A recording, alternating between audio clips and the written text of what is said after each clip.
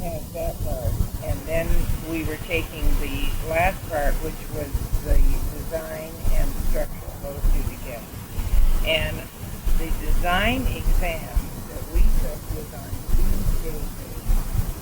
That's right. The war ended. That's right, she said that. And, you know, I was just going out of my mind because I was engaged to someone who was still overseas. And I thought, you know, how can I concentrate on this? But you do. And then Pietro and everybody at the office kept calling and saying, come to the university club as soon as you're through. it was some day, I'm telling you, and all havoc was breaking loose.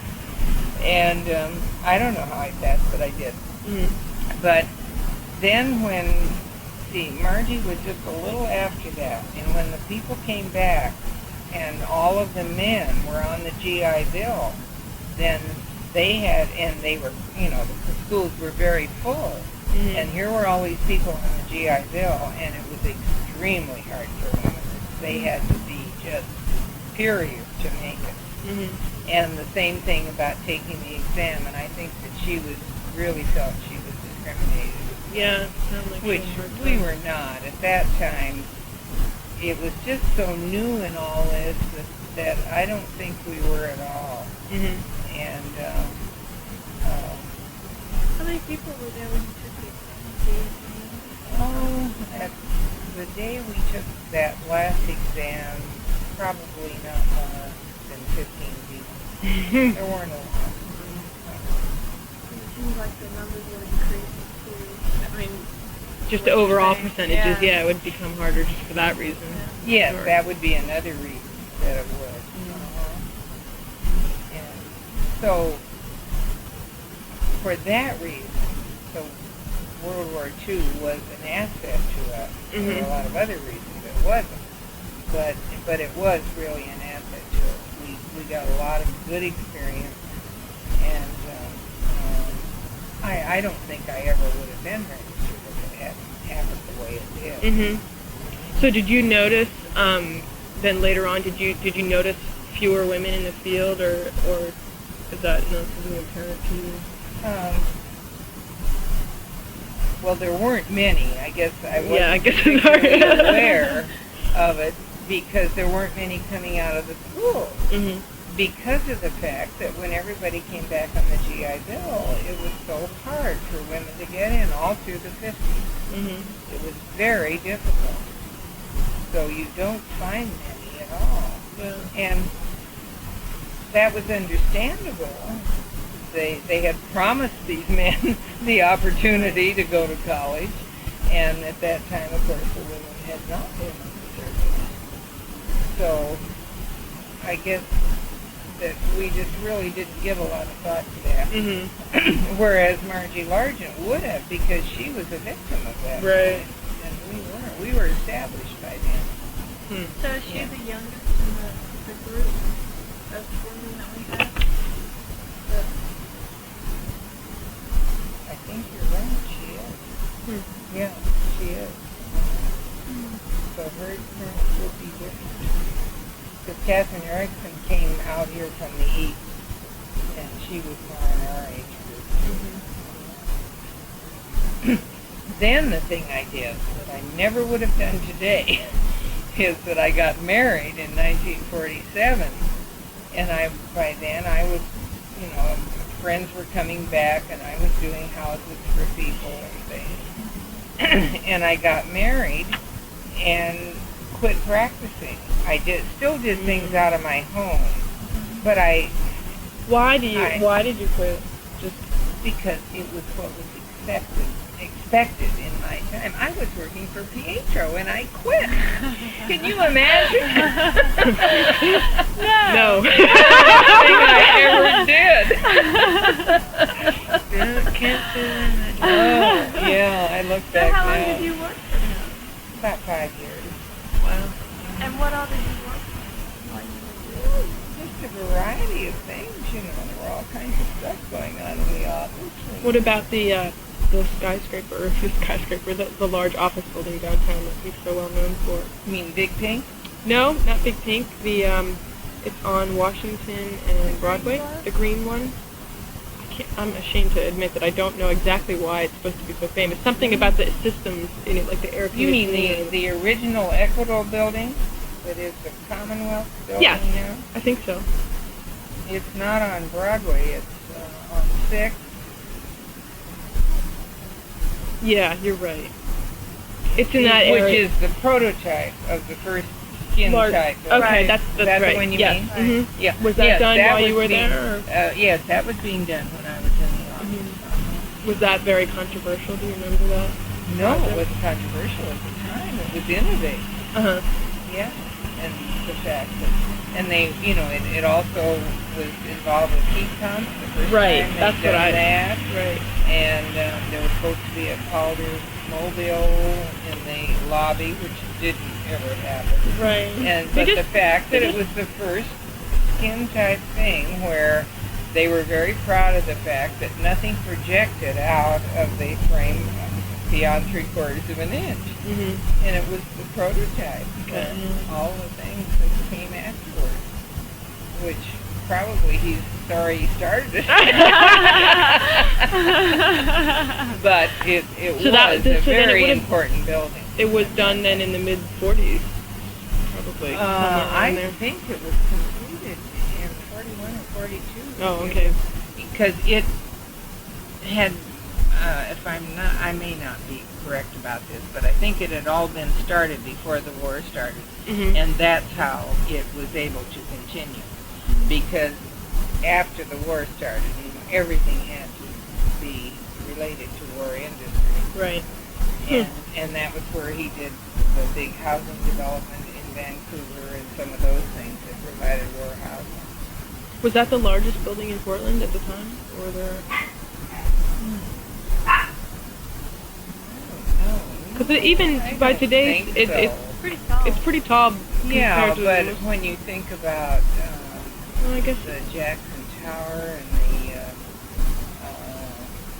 Pacific, well, whatever it is now, the Power and Light building, a lot of those things that were done by Doyle. Oh, The yeah, I jobs guess. he took over were pretty good size. Uh-huh. Yeah, the Public Service Building, the American Bank Building, Mhm. Iron Train. Those were Yeah, all I things guess that it were looks done so by much taller Doyle. to me. I guess probably I don't just because think it is, it's though. a more modern building, you know. I don't- Yeah, I don't think it's taller, so you but it was just very significant. certainly remarkable, I guess, compared to Yeah. everything else. So you quit when you got married, and then. Yeah, then I worked out of my home, And and mostly residential work. mostly residential, yeah. And of course, there was a lot of that because everybody was getting married or coming back and establishing homes, so there was lots of residential work to do. And now I'm doing work for children of my clients. Wow. Yeah, so that's nice. Yeah, that's great to be able to say that. Yeah. It's, So you've stayed in the same area, and you have quite a large well, kind yes, of I've client always base. lived here. So that helps. So it's, a lot of people that I've known, and I've known their children since they were born, so. And I'm really trying to retire because I don't want to have to keep up on materials and stuff. But I haven't quite made it yet. So what are you doing at Timberline? Well, in 1985, I was employed to do the restoration of the ground floor, which had become, was just like a black hole when they built the day lodge and moved everything out, and it had been so misused and everything. So that was my job, to do that and design the restoration of that and the Rachel Griffin Exhibition Center. And then at that time, the Forest Service was supposed to do the Barlow Room, which had been the coffee shop originally. And that was when Reagan did all the cutbacks, and they didn't have any money. So it's been sitting there looking awful all this time. And just this year, there was a new challenge grant program for the Forest Service, and we've gotten $42,000. so that provides us with a match to go for other grants. So we're going to, that's what I'm working on right now, is to bring that room back, to restore it like the rest of the place is. And there have been some pretty bad things done there in the years, covering over the existing, but it's covering over. It's still there underneath, so we're going to pull some of that off and get it back. That one wall of that room used to be the outside wall of the lodge, and then when they built the C.S. Price wing, why, it became just an ugly corridor. But the stone is all still there, and this wonderful big beam is still there. So we're going to try and at least bring it back as much as possible and light it. Is that the part that's just to the right of the main entrance? The Barlow room is the one, if you come in the main entrance, it's where the Forest Service does their interpretive program, shows their films and stuff. And you know, it's a grungy, awful room, and it's got that flat carpet. It's so terrible. And yet, I was meeting with the Forest Service last week, and there was this young woman there who's one of their people who does the interpretive program. And she said, "You're not going to change that beautiful patina that's on these posts and whatnot." And it's about 25 coats of stain that's been put on over the years. Oh, can't even imagine. They probably can't even imagine what it really looks like, or, you know, what it used to look like. Well, when we started doing the main lobby part, that was where everybody waxed their skis and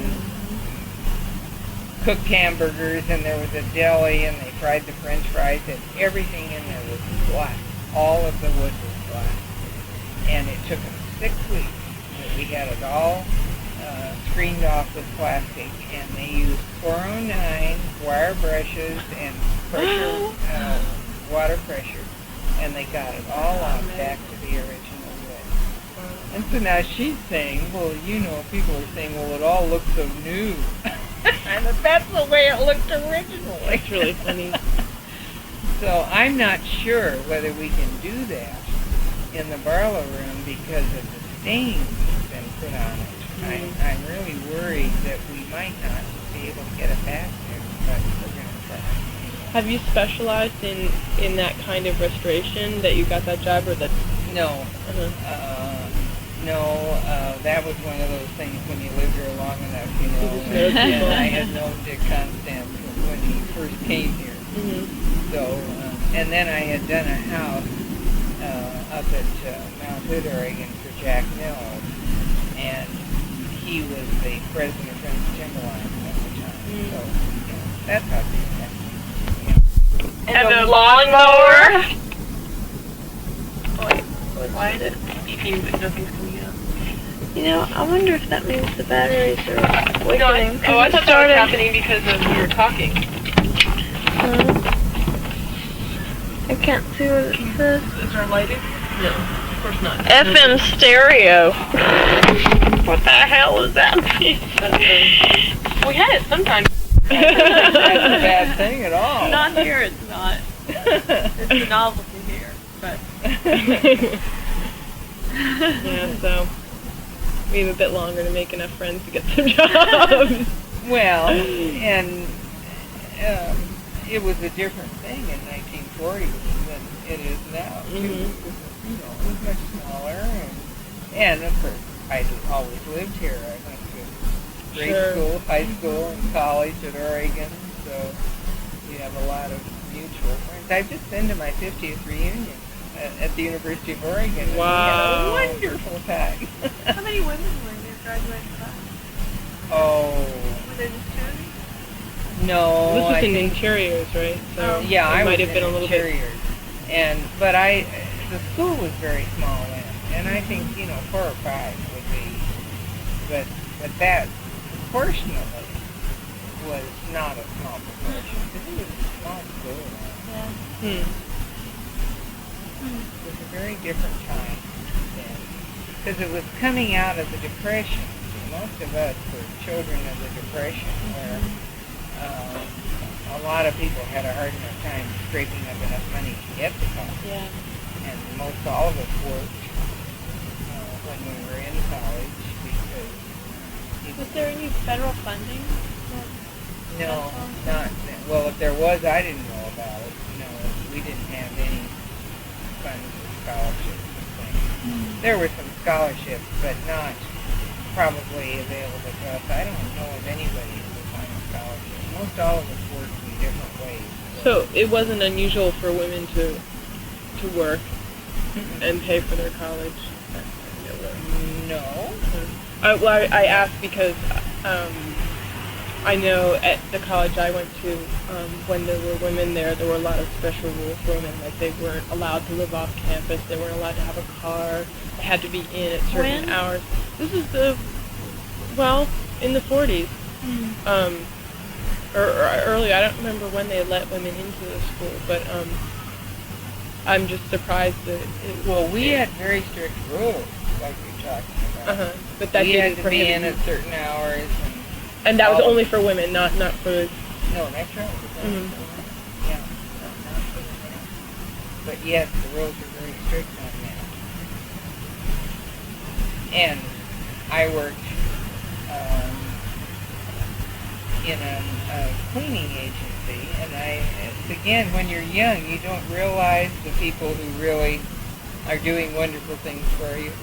And this man employed students, both men and women, the fellows drove the cars and cleaned the rugs and did all kinds of things. And this was a job that passed through my sorority. And I got it when I was a sophomore, and I had it for 3 years.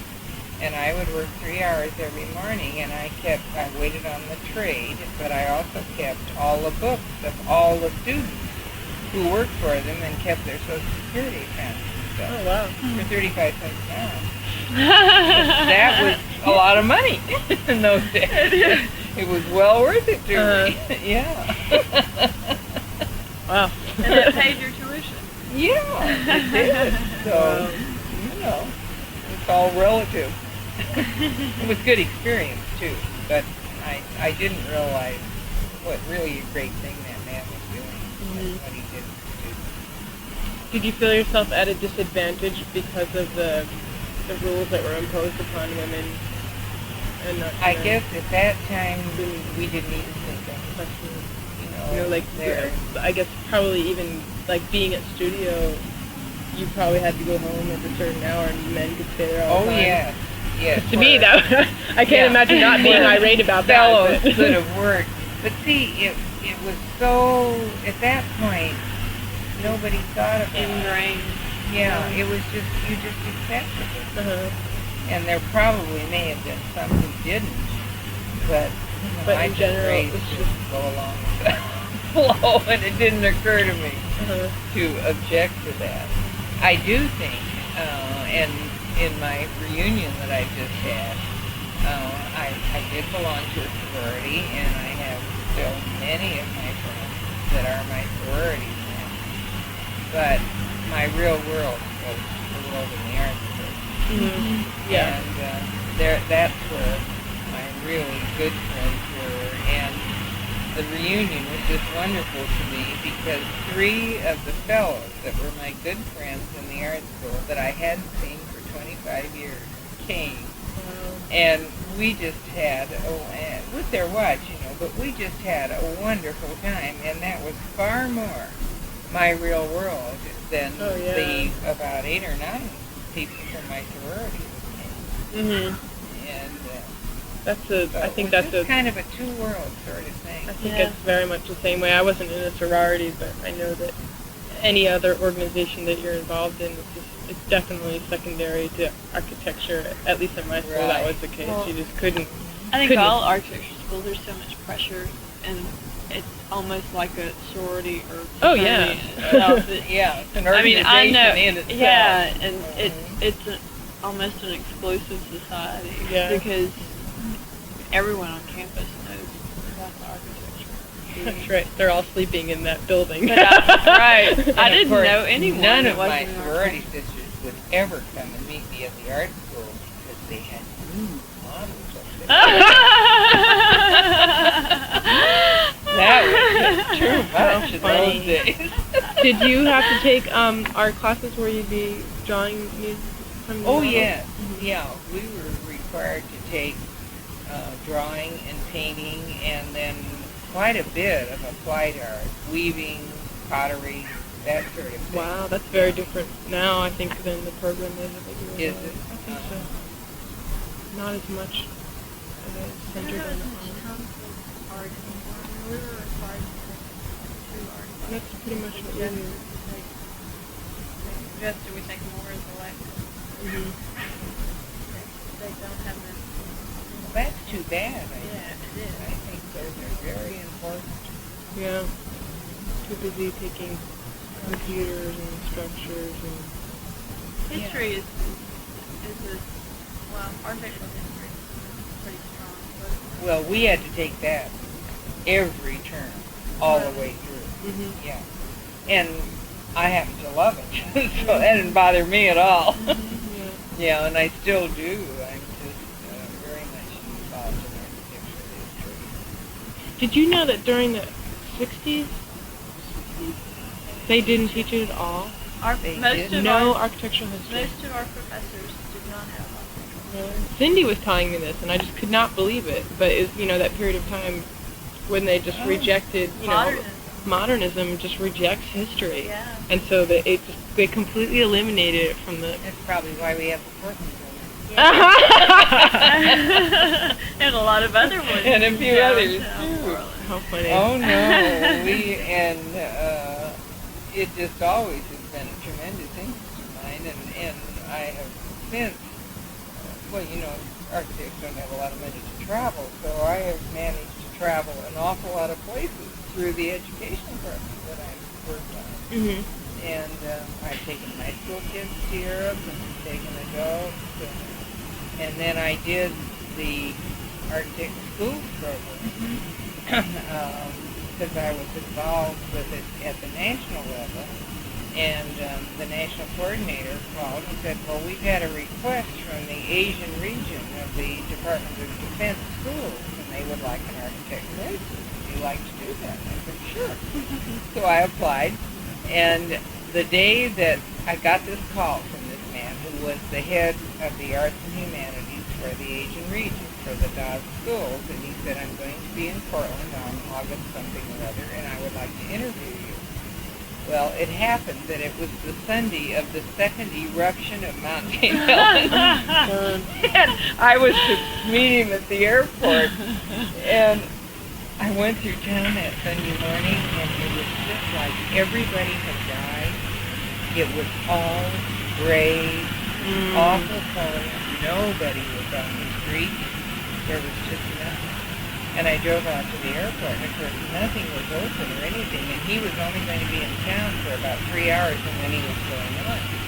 So I said, well, there's nothing open here. We'll have to go back downtown and see if we can find something. And the only place I could find was in Old Town. It was the Jazz Deals, and they were open, all night.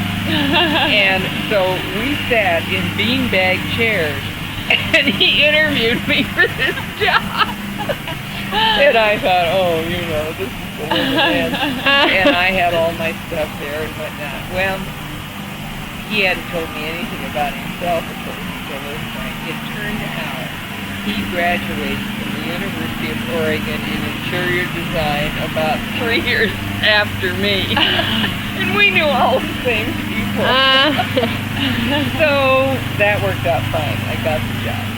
And that was just a marvelous opportunity. I went, then that next fall, I went to Okinawa is the regional office for all of the Asian region.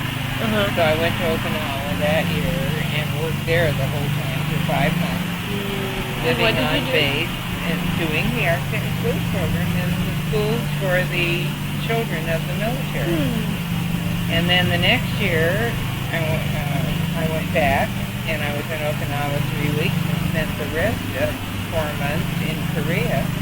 And the next year, I went back to the same thing and spent it in the Philippines. Wow. It was just a marvelous experience.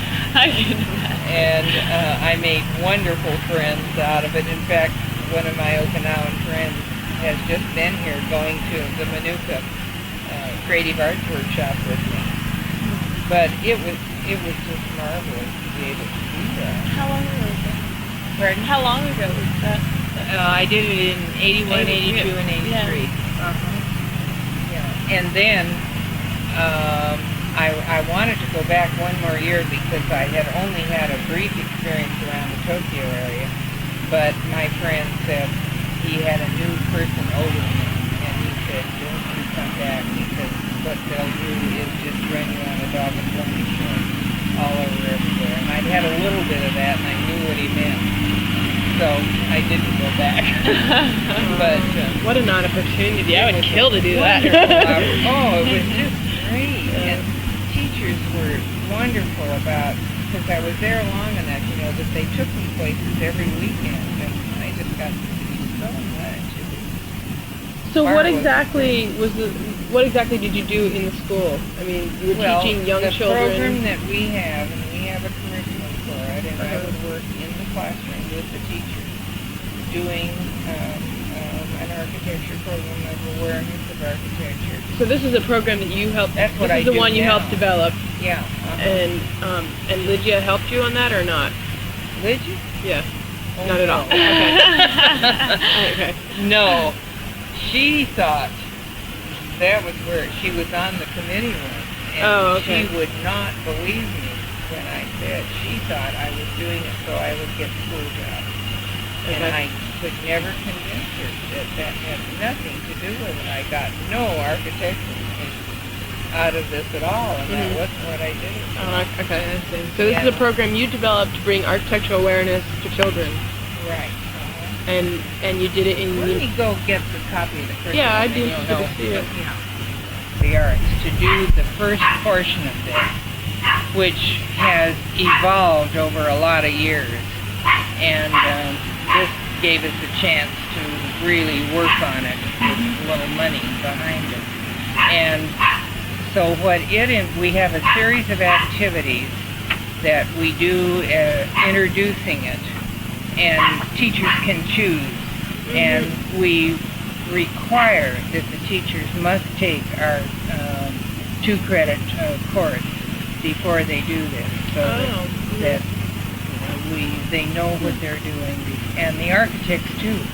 They both have to do this, and then they choose from some of these activities. But the one that we always do is this one, where this comes out. It's been in a number of places, and one of the where I got it comes out of Betty Edwards' book in Drawing on the Right Side of the Brain, and it has to do with drawing a face. And we have them first just give them 8.5 by 11 piece of paper and say, draw me a face that's looking straight out and it's not a cartoon, and so forth. And so they do that, and then we ask them to fold the paper in the middle and have them raise their hands if the eyes are on the middle fold. Of course, nobody ever does that. And so then we have them paper fold this, and in schools you do this 2 times this way, that's the hamburger way, and 2 times this way, that's the hot dog way. And pretty soon the kids just see me coming and they start folding paper, But just to give you an example of what happens, and then we go through it step by step with them. But this is a typical example of the first drawing the kids do and the second drawing, and 20 minutes has elapsed between these two. And by making them use the grid to really look at what's going on, why, it improves. Then we go through, we have 6 periods here, starting with the Native American and going through Pioneer, Victorian, the bungalow period, and the historic period, and modern. And all of the drawings are worked on this grid. And so the kids read this material, and we've used as a format for this the book Architecture Oregon Style, which is readily available, And the main reason for doing this in the first place is that most of the examples you find in other books are not representative of Oregon. They're East Coast. And these all are actual houses that are here that kids could see. And so they have this format where they read this and they outline it. They make the sketches of the typical details, and then they draw the house. Each one is assigned one of these, and they work in groups, whatever the category is. And then they present it to the rest of the class, so that by the time we're through, everybody has been exposed somewhat to this. So that was the first part of it, and then this year we got a second grant to do this group of activities that deal more with structure, drawing plans and elevation and things like that. Wow. And so that now this year the Arts Commission is funding it so that we will not have to charge the schools to do this. We can offer it to them free with the provision that they take the training. Wow. And then the architects volunteer their time. We had a $35,000 match to our grant here in in-kind time from the architectural firm. Oh, wow. By the release time of the architect. So, and this involves a lot of body movement types of things, and table folding, things like that. So what kind of age group are... We work primarily with the 4th, 5th, and 6th grade. 3rd, 4th, and 5th grade. Sometimes 6th. Because it fits the existing curriculum at that level. They study cities in 3rd grade, and they study Oregon history in the 4th grade and U.S. history in the 5th grade. And this fits right into it. Wow. And that's what we've learned in the architecture program, that if you don't fit into the existing curriculum, you're not going to get in there. And now So we have it was really something designed that around really that. does. We do work occasionally in high schools and middle schools, but you can only get those 40-minute periods, of which you're lucky if you get 30 minutes. And it isn't enough time for what we're doing. So we prefer working. We get an hour and a half in an elementary school, and that's So it's just a one-time thing, you don't... no, it's a minimum of 6 sessions. Oh, okay. Done usually over a 6-week period. It'll vary, we adapt to school, but usually the typical residency will be an hour and a half, 1 session a week for 6 weeks. The teachers and the architects have taken the training before they start, and then it will culminate in some kind of a visual activity that all the kids work on, which is where our exhibit comes, that we have at the AIA office. Oh, yeah, a friend of... I knew this was sounding familiar to me. A friend of mine that used to work at SRG was involved in it. I think it's the same thing. She was helping kids build bridges and things, and they had an exhibit. But she was really into that. That was great. And the architects feel that it's the best part of education because you get the kids involved, and then their parents are involved too. The parents are all excited about what the kids are doing. It's been very successful, and so this year we'll be offering it at no cost to the schools. Wow. At how many of the schools? We will do we put a limit on it, and we'll do a total of 26 in the Tri-County area. So it's open to all of them. They sort of first come, first serve situation. Right. Yeah. It's handled by the Arts Commission Artist and Education Program, and the coordinator for that program will send out the brochures, and then people will have to apply, and it will depend a great deal on what they say they're willing to do and what their projects are. And so it's really organized now. After a while. We feel very good about it because we're getting so much support and a great deal of support from the architects. How many volunteer architects do you have? Well, we would have an average of 1 to a school and sometimes 2. So it'll go somewhere between 10 and 15. I have been employed by Washington County Education service district for the last 15 years to do the program as a part-time job, and I worked in, as a result of that, worked in 10 schools, but I have retired from that. I'm not going to do that anymore. But we still will do 10 schools, so we'll probably have at least 20 architects working this year. And sometimes, in some schools, we have more than one. Like Boyce Elliott School last year, which is in a very at-risk area. Mm-hmm. And so we had a couple of architects working there. But we've had wonderful support from the architecture about releasing architects. Releasing them from prison. My mother does a similar thing with art back in Pennsylvania. Oh, really? There's a school, I think it's a national organization now, but it started out kind of along the same lines. It's not as it's not quite as formalized, because it's more of a group of women that go around and make art available to... Like an art literacy program? Basically, yeah. Yeah.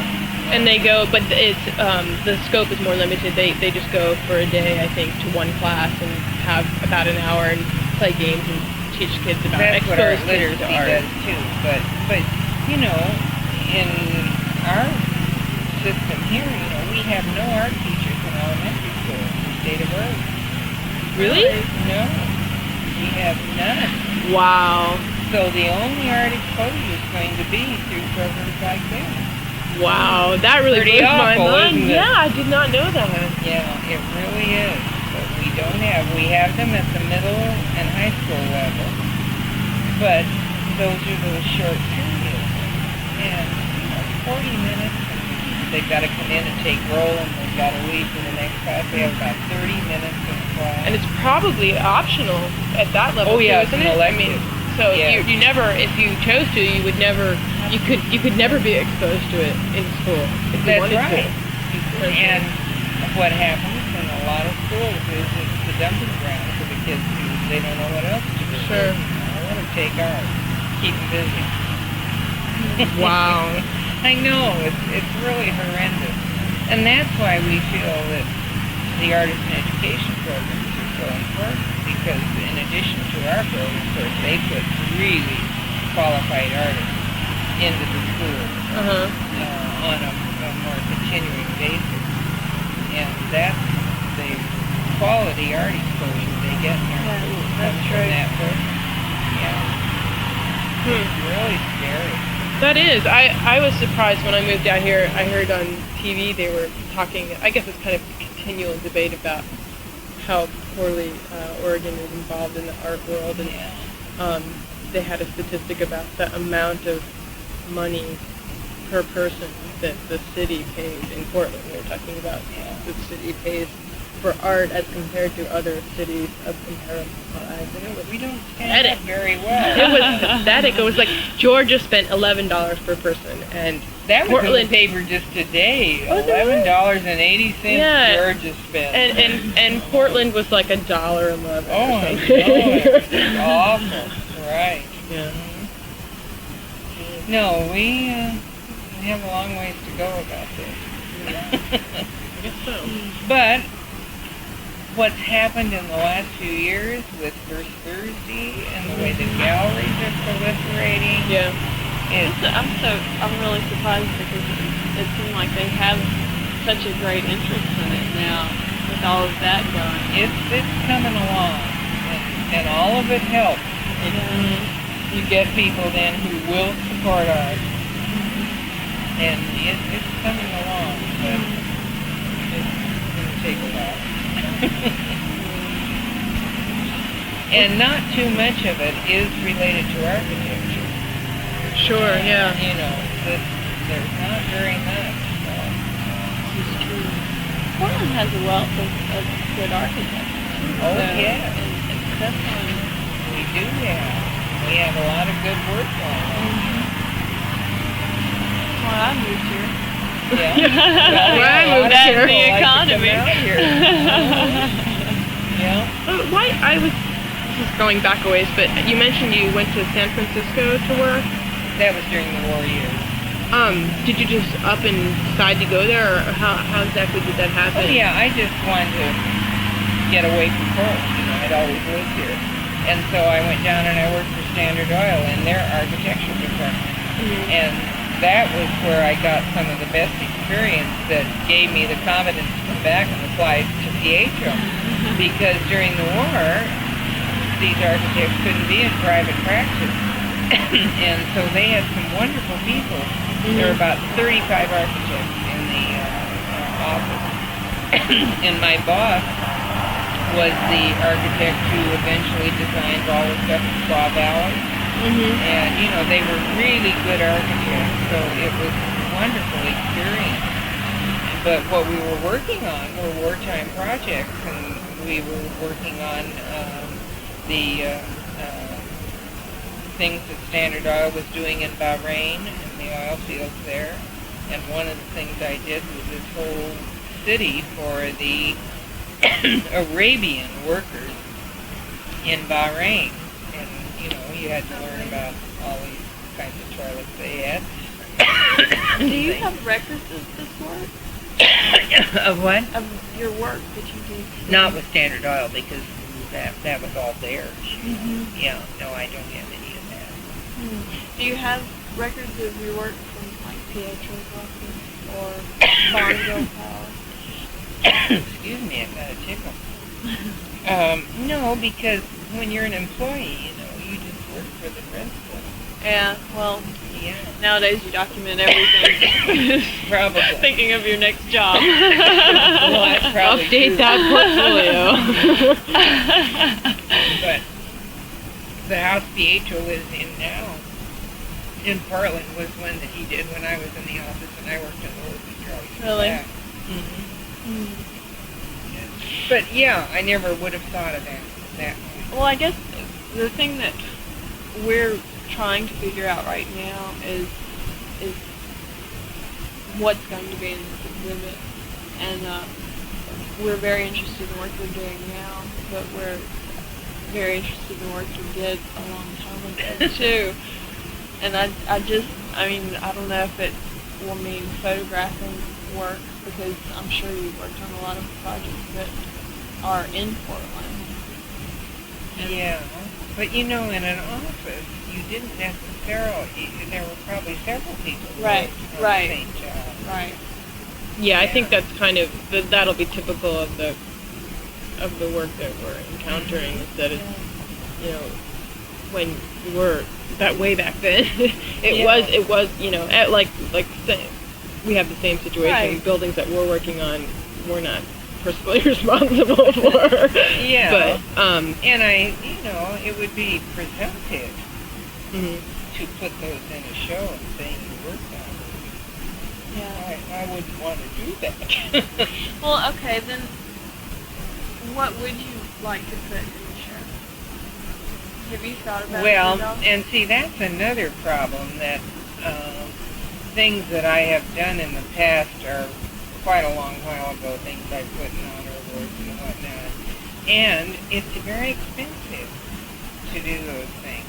We're in the process of applying for grants to cover those expenses. And I guess that's what we're really trying to figure out Yeah. right now is We're saying in like an ideal situation, assuming everything works out, what kind of exhibit would we like to have, and who would our audience be, and what would best serve that kind of exhibit. And so we're looking to the people we're interviewing kind of to, at least in the beginning, maybe if you have some ideas about. Well, there are some houses that I would certainly like to include. Mm-hmm. And I would like to include Timberline. Mm-hmm. But I don't have photographs That's of what it at the moment. we're assuming that we're going to have to That do you would the do that. Right. documentation. Yeah. And of course, you know, when you've been doing it as long as I have, some of these things are really old. In fact, I couldn't believe it, but one of the first houses that I did, and it was a really nice large house, and it's been torn down. Oh. not too long ago. And you didn't have photographs and of what it? they, well, that was way back. You know, I did have some originally, but whether I don't think I still have. You know, I moved a lot. I know. You know. I can't keep up with Yeah. anything for a year. But I couldn't believe it. And what they did was tear it down and put one of these awful. Somebody really described it to me this week. She calls them McMansions. Yes. And I think that's a wonderful I know description. exactly what you're talking about. Yeah. So that's what they said. Oh, wow. Mhm. Is that your telephone? Yes, it is. Thank you.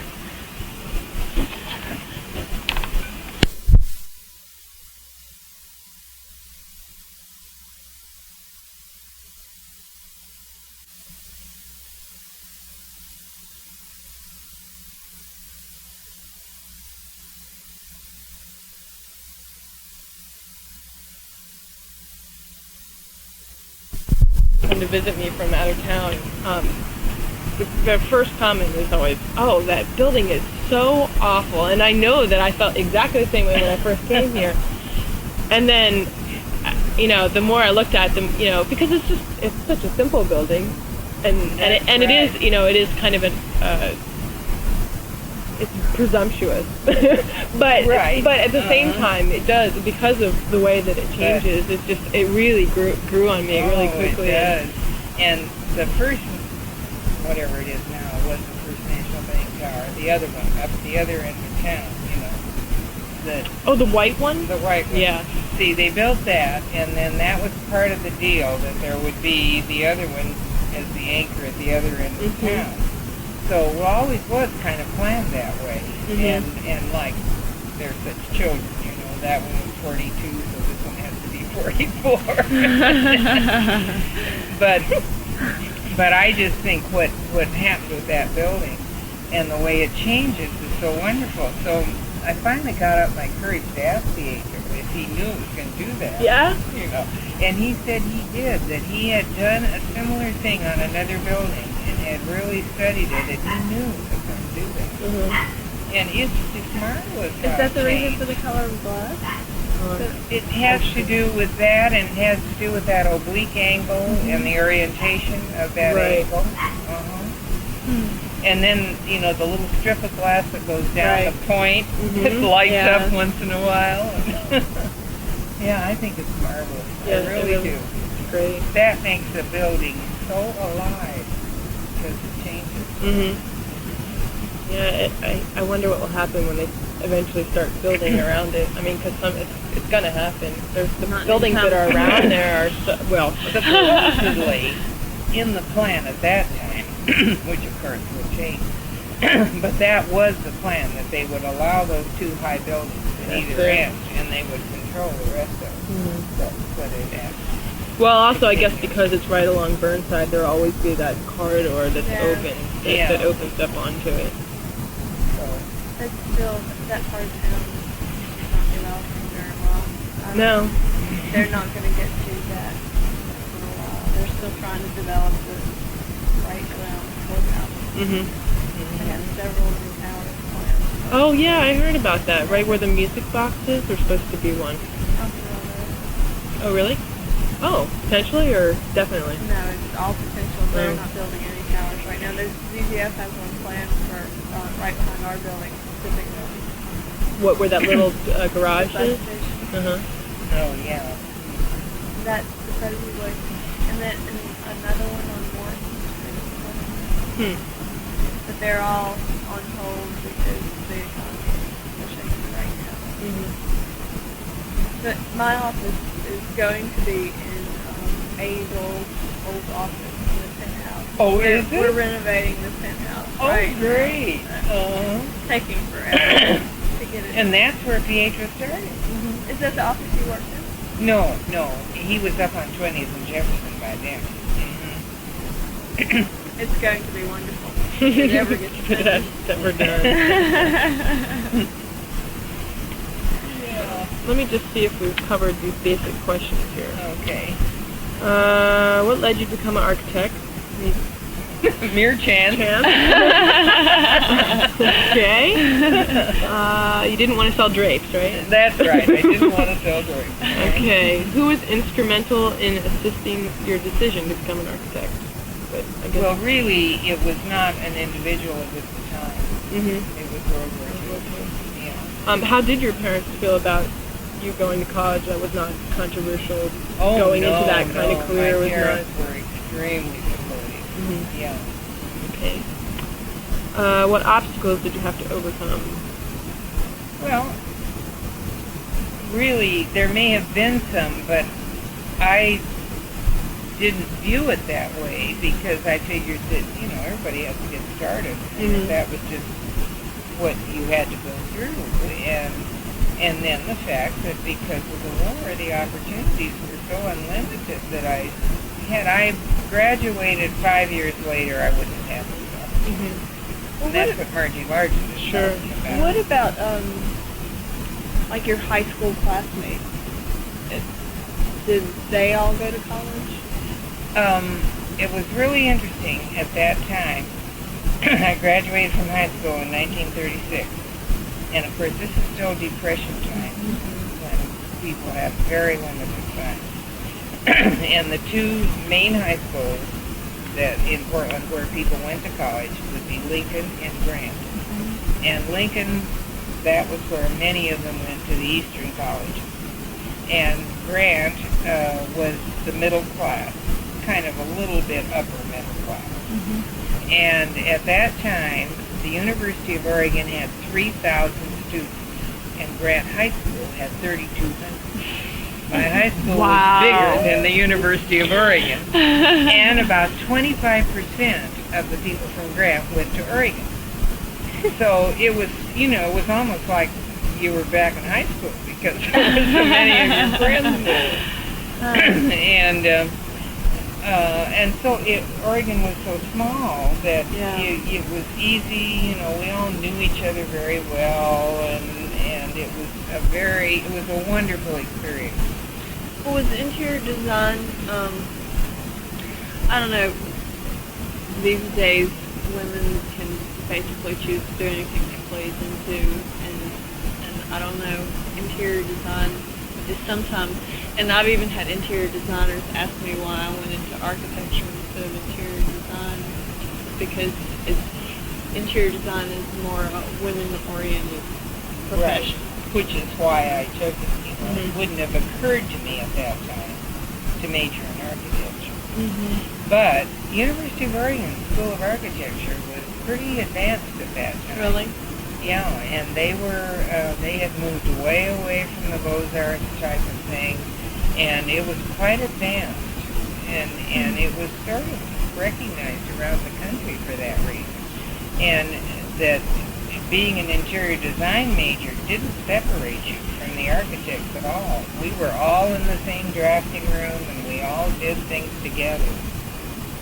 So I think that was why it didn't seem so monumental to me to move over. Yeah.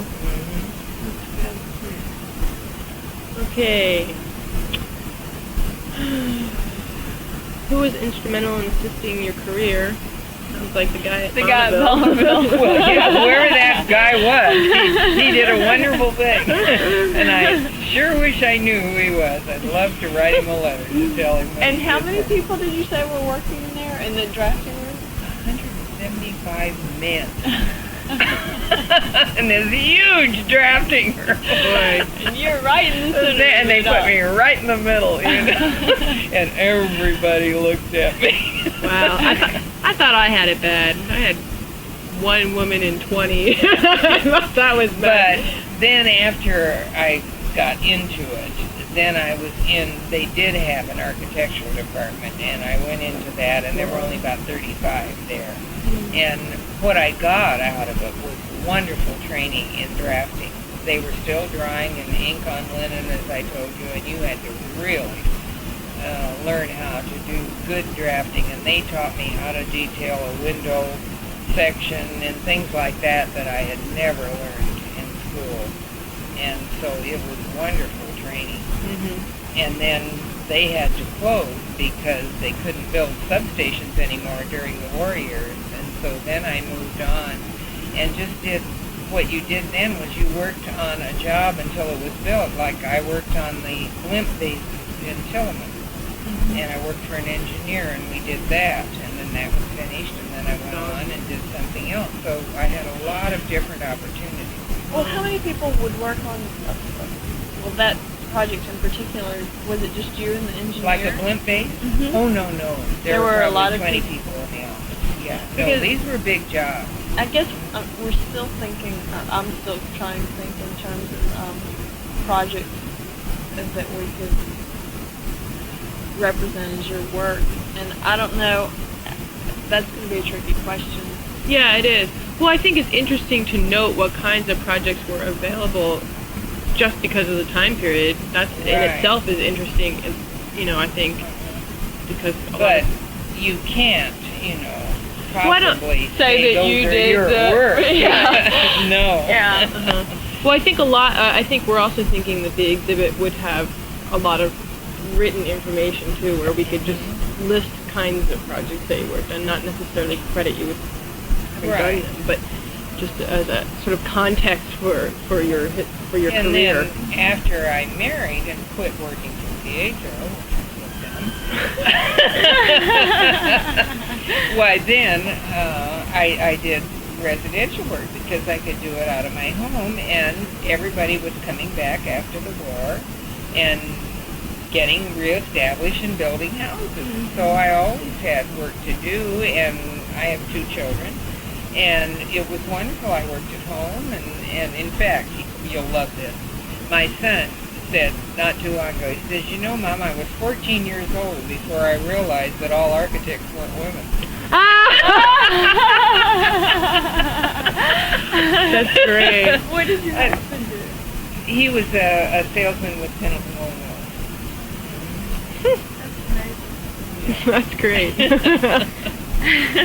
Yeah, I love that. But he just had always seen me doing stuff around the house, and he thought, well, that's what women do. What a riot. Yeah. Let's see. Well, how did you mix work and family and children? I guess we sort of covered that. Was that it really worked out very well, and my children enjoyed what I did, and so much of it, of course, would be for your friends, that they knew the houses that I had done, and they knew the people, and my daughter has a fine arts degree from Central College, so she kind of went along in the same field. Other women that you know of that were in architecture, did they all kind of follow the same path in terms of giving up the career? I don't think so. I don't think that was necessarily typical. In Mary Alice's case, of course, she never married, so she always did that. Betty Kinney, do you have her in there? Yeah. You do? Yeah, and Betty Kinney and her husband were both architects, and she became a principal in a fairly large firm. And so I think there's a lot of variety. And Eva Wicks became Eva Brown. Her father was an architect, and then she and her husband went in and worked with him, so they were the firm there. I think there's really no stereotypical thing about that. It varied. And what was the other married couple in town? Oh, the Polly Thompson. Oh, Polly, yes, and I think they're still practicing. They are. Yeah, they still have they're older than I am. Yeah, and of course, Polly came from a real background in this because it was her family that did all the beautiful glass work. They were glass artists, and many of the beautiful windows in our churches all around are things done by the building. So she had a long background. Okay. What advice would you give to young women considering architecture as a profession? Well, that's hard for me to say because I'm so far away from it now. When you get to be my age, what you people are facing, I'm sure, is a very different thing than what we had. And as I've said before, World War II made such a difference in the opportunities we had. And that was not something that I'm too happy about, but it was there and you did it. And that it was difficult at other times, and I think it probably is much more competitive today. However, there are a lot more architects in offices now than. And I don't know, it's funny because you said that you didn't think that much about it because that's just the way it was then. And now, for Glennis and I anyway, and I know it's not the case with some of the older women in our group, but Glennis and I have been brought up where you didn't think about it either. I just decided when I was in high school that I wanted to be an architect. I never thought twice about it. And I haven't. We didn't suffer from the discrimination, and I don't think, or I haven't had any experiences being discriminated against in work either. Because I do think that some of that is brought on by the people themselves. Oh, I think, yes, definitely. Yeah. The group of women in architecture kind of just started meeting as of last year. And so that's how Teresa and I met, and we've met a lot of women, mostly women that are in their sort of early 40s. And they're the ones who are really the driving force in the group, and it's because they feel this discrimination. And I joined just to meet other women and have no sort of personal vendetta, but a lot of the women that we've met feel this way, and that's why a lot of these questions, are kind of slanted in that direction. Right. And I can understand a little bit the need to record history, and I feel that we need to record it because although I feel that everything is fair and just for women in the field, there still aren't that many of them, relatively speaking, and it's good to have role models. That's where I'm coming from anyway. Even when I was in college, there was, I think, 2 women on the staff, permanent staff, that taught, and so a lot of women going through classes never had these 2 women and therefore never met a woman architect. So from that standpoint, I think that's why I'm interested in meeting you and the other women and learning about that. Other women want to hear war stories and want to how to prove the point. Yeah, and so we're kind of split on that. And I guess one of the reasons that I have never had a militant feeling about it at all is that in general I have found male architects really very nice, caring people. And I value my friends among the architects very much. And they're all interested in the quality of work you produce. Any architect that I've come across they don't care what you are or who you are. They want to know if you can do the job. That's right. And I think that's the case in or should be the case in any profession. In anything.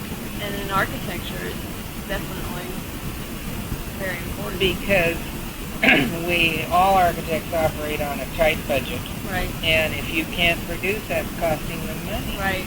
And what we produce is critical. It is. That. And so I think that is a very important part of it. You've got to be able to do it. And I guess I just never have been someone who thought you should approach it with a chip on your shoulder. Yeah. Well, I keep talking to more women about it, and they're saying to me, well, you're too young, you haven't been exposed to the kind of situations yet that we've encountered, where it's like when you advance in your career and you hit this supposed glass ceiling, and that's when you have problems, not when you're young and an intern. And so they keep saying this to me, and I don't anticipate that happening, but it's very interesting for us to meet these women and we're having a hard time staying in this group because it's so different from our experience. Yeah. We can't fathom it, really. And it seems different from your experience. Well, yes, I think so. Which I'm happy to hear. I often found in working with contractors that you very often initially would have I've experienced that. really thinking, well, I'll do this the way I've always done it. Mm-hmm. And you've got to be very careful in dealing with it because Right. these people are going to be, they tend to be a little more Macho. macho, right. But I found that never any problem once you told them why you were going to do it and why you wanted it that way. And they'll say, oh, you mean you really wanted it that way? And I'll say, yes, I really wanted it that way. And when they realize that you know what you're talking about, then I never had any more trouble. But if you went in saying, you know, okay, you do it my way and this is it, you aren't going to get anywhere. Right. You've got to explain it so they know that you really do have a reason for what you're doing and that you understand why you want it that way. So I think that's true in a lot of deals. Yeah. That if you go in with an antagonistic attitude, you're going to get an antagonistic response. Okay, last question here. Do you think a larger percentage of women in architecture will affect the field? I'm not sure I know what that means. Well, I suppose that fields are always affected by sheer numbers. Yeah. But I guess I would say I don't think it's numbers as much as quality. If you have really good people, then, and maybe that's saying that maybe we do have to be a little bit better in order to make an impact. But we can do that. Well, why do you think that there haven't been any, other than Julia Morgan, any really noted women architects? I mean, there are a few now that are coming into that, but there are a few now. there are a few now, but it's very features. recently, aside from Julia Morgan, that people know as a name. That know the name. Do you have a theory about that? You know, outside of our own field, hardly anybody knows the names of architects anyway. Really true. Among my friends. This is true. Frank Lloyd Wright, that's about it. That's who I'm talking about. And you know, the part that always sort of was sad to me about Julia Morgan was she did all those wonderful things, and then she sold her soul to Hearst and did that awful thing. I know. And that's why she's noted, you know. And that's what she's noted for. That's the not only those beautiful things she did as Shalimar and some of those other things that really were hers. I guess my question for you, architecture, for me anyway, is I see it as a really tough, demanding profession, and I just wonder if I think it is for men too. I mean, for you. Oh, I know it is for men too. Yeah, but I guess I just would like to know what your impression over the years has been of architecture. Well, in doing our program in the schools, we always try to do a little brief intro on architecture as a career because they like career education in schools. And so I always talk to them a little bit about it and what you have to do and what the educational requirements are. And then you ask for questions. And of course, the first one you always get is, do you get rich? No. And I immediately say no. But of all of the architects of my friends that I know well, I don't know anyone who ever wishes they had done anything else. And I think that, and that's what I try to say to kids, to go through your life doing something that you love to do is a wonderful thing. And I think that's why we all do it. We love it, and we don't want to do anything else. And so you haven't had any regrets? Oh, no. No way. No, I think it's been wonderful to be able to do it. And I really feel that most of my good friends that are architects feel much the same way. You have to love it. You do, Yeah, that's you for do. sure. That's right. But think of all the other things you might have done that you would hate just because it made more money or Oh, something. that- I think to be able to go through your life loving what you do is wonderful. It's life. Mm-hmm. Yeah. Yeah. Yeah, I really feel that way. And then, of course, the other thing is that you can do it forever if you want That's to. true. PH You is going to have be to. 92 in about 2 weeks. And he's still working, and, you know, we all do. You can go on doing it if you want to. And then I think, too, that there are a lot of side things we like to do. Like I love pottery, which I think is a very architectural thing to do. A lot of the same things are involved in putting a pot together. And I don't like wheel work. I like hand building. Uh-huh. Yeah. Was Mary Alice do that? One of the women. Maybe it was might have been Margie. I Yeah, think. she might. I think her husband did it also. And Yeah, or that could be. they were trying, I think. No, Mary Alice was, you know, really a specification writer, and that the creative side of it was not so much her field. Mm-hmm. She just loved delving in to all those little nitty-gritties. She was so good at it. Yeah, that's what it sounds like. She was Oh, really, yeah. she was mentioned that, I think she was one of the first people to use the CSI format, and Uh-huh. she worked in Hawaii, and, Right, for quite a number of years. yeah. Yeah, and you know, there are very few men who want to do that, and it's most unusual to have a woman who makes that a specialty, and she was really good at it. Uh-huh. Yeah. Well, I think we got through everything here. We've talked about the exhibit. Do you have any sketchbooks or drawings, blueprints that Well, might? I have blueprints, things I've done, but Mhm. I don't think they'd be too interesting. Never know. We just have to find out what's available and then Yeah. decide what kind of And things of would course, be. I've been getting rid of an awful lot of stuff, Uh-huh. because how long do you keep it? The minute you throw it out, then somebody wants it. But there are some houses that a couple I like very much, Mhm. and one is a client that I did the house a number of years ago, and it's just been completed, a house up at Guana Lake, which is a wonderful private resort lake, and it turned out very nicely. I like that one. Well, could you like take some time and make a list of projects that you'd like to see exhibited of Yeah. yours? I could. I was thinking that obviously, when we get a better grasp on what we can actually do for this exhibit, we'll need to probably talk to you again.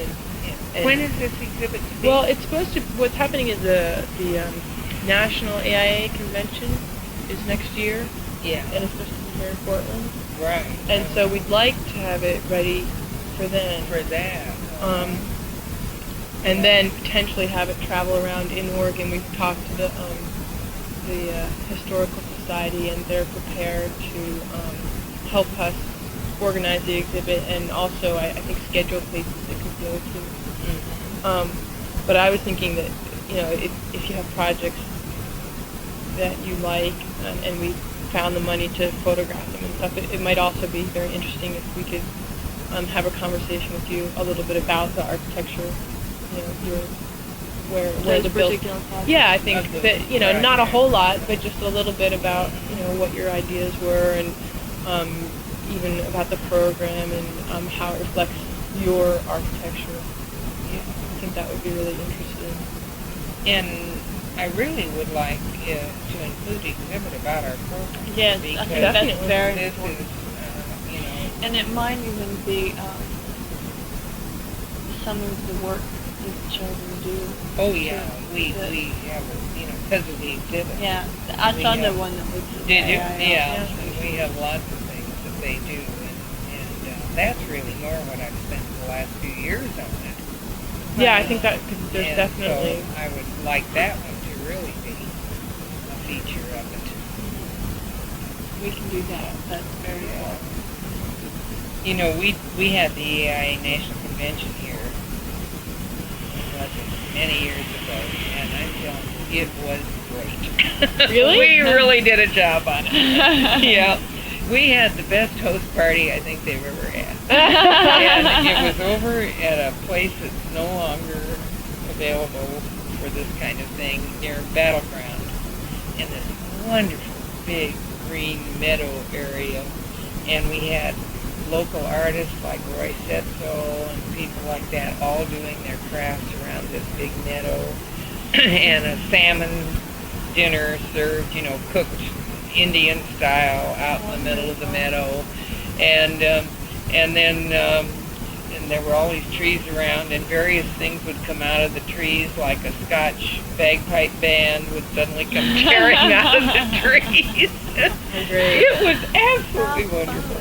We really did a job on it. People Wow. still talk about it. So they're going to have to work Have a hard tough time, huh? to equal that this year. Hopefully they're not going to have it at the convention center. Oh, I hope not. They probably will. I probably I wonder how they big prob- it- Well, some of it, but Yeah. that the host chapter party out in the woods was just a sensation. Dave Pugh was chairman, Uh-huh. and he did a wonderful job. Great. So, Well, I think we covered everything. I think we've taken enough of your time, Yeah, really, too. yeah. Thank you for devoting your evening well, it's been nice to to talk with you. I Yeah, enjoyed we it. Really appreciate it. The other thing that we have, I don't know, I think it's on there, is any kind of documentation besides drawings, but like old photographs that you might have. Well, Even of yourself, you know, at work or something. Yeah. oh yeah, there are some of those. That would be nice. Yeah, there are some of those. We managed to convince a couple of the other movies that we could draw that kind of stuff out. But if you could just dig around and see what Well, you can and find. that's one of my projects for this fall is to go through my files and weed them out. Well, we'll And, take whatever you don't and so, want. well, no, there are some things, that's true. There would be various, over the years, things that have been in the newspaper and stuff. We'll see if we can make an exhibit out of Yeah, all even these one of the pieces. women was saying that we were asking them what kind of some things they might have. And I forget which one it was, but she said she even had like an old quill pen that she used. It might have been Oh. Lydia maybe when she worked at Bonneville. I can't remember. Yeah. But anyway, she had a really sort of elaborate pen that they no longer Oh. use anymore that she said maybe we could borrow to have an exhibit. So, One of or like a those really ink old. drawings on linen would be nice. Yeah, Steal them from the good Lord, barn. those things just absolutely scared me to death. But I don't have any of those 'cause Gosh, I couldn't they imagine weren't mine. They doing were that. theirs. I know. I you hesitated to draw on was it H2000 or H1000 that paper. They were like, "Oh, do an ink drawing on this today," and I was like, well, "You can't erase on that paper. Can I do it in pencil?" Yeah. Oh, it was so intimidating, you I know, to have to do it in ink. I can't. You can't erase it all on that. I mean, not at all. No, you can't do anything if you make a mistake. So you do it over, and that was my first job. You know. Gosh, it was awful. I wouldn't have made it through.